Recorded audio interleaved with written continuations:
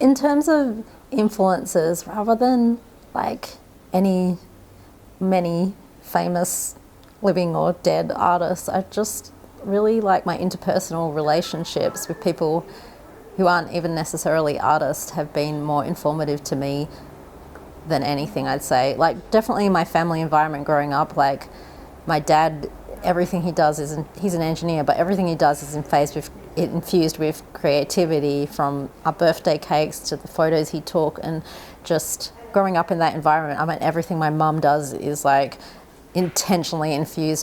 forcibly infused with humor and intensity. And like, those are like two huge influences that you can see in my work. I entered lots of colouring competitions as a child, and just like growing up in the 70s, 80s, 90s, and the bright pop influence of that has been really big. And then I guess more recently, or not even that recently, but in terms of artists, like when I first saw Emery Douglas's work, who was the Minister for Culture and the Arts for the Black Panthers, and he shows he's in his 60s now and shows in institutional settings, but that's not where it came from. And just his intention in that, and what him and other artists like him were doing then to make work that was about like uniting and connecting Black people in the USA.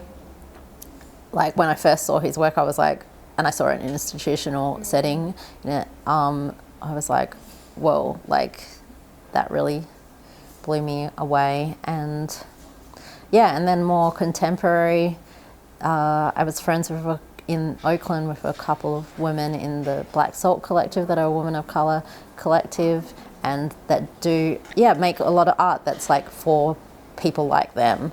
And that's like the intention, and it's like about honouring, I'm paraphrasing what it might be about, but about honouring their ancestors.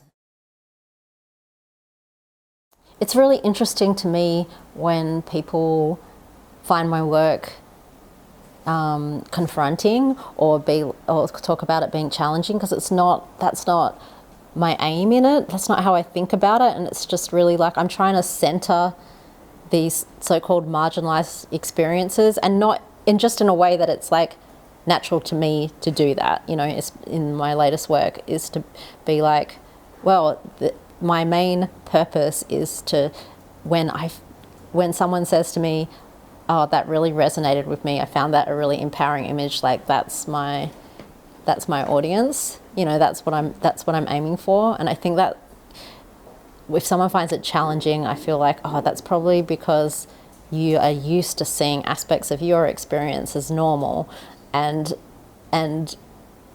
I'm not intentionally trying to be provocative. I'm actually trying to thrive and survive despite being provoked every day by racism, patriarchy, ableism, etc.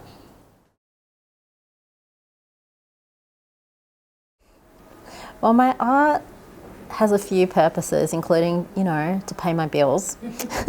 And definitely I aspire for, and it is in an institutional context all the time, but what really like warms my heart, and that's really important, is to have my art go out there in other ways, and know that my art exists as posters and postcards and playing cards, and lives on people's bedroom walls as much or more or whatever than it is in institutional context. And that there's people that when people come up to me and are like, that said something to me, that resonated with me about the same work that an institution thinks is edgy and confrontational and political and all these things, but it's like someone's like, that's just normal for me, that was me, that person, that resonated with me. That's what's like really important to me, is to have that accessibility. And I wouldn't want to do one without the other, where it's like my work isn't, it's a side effect that it's like educational or like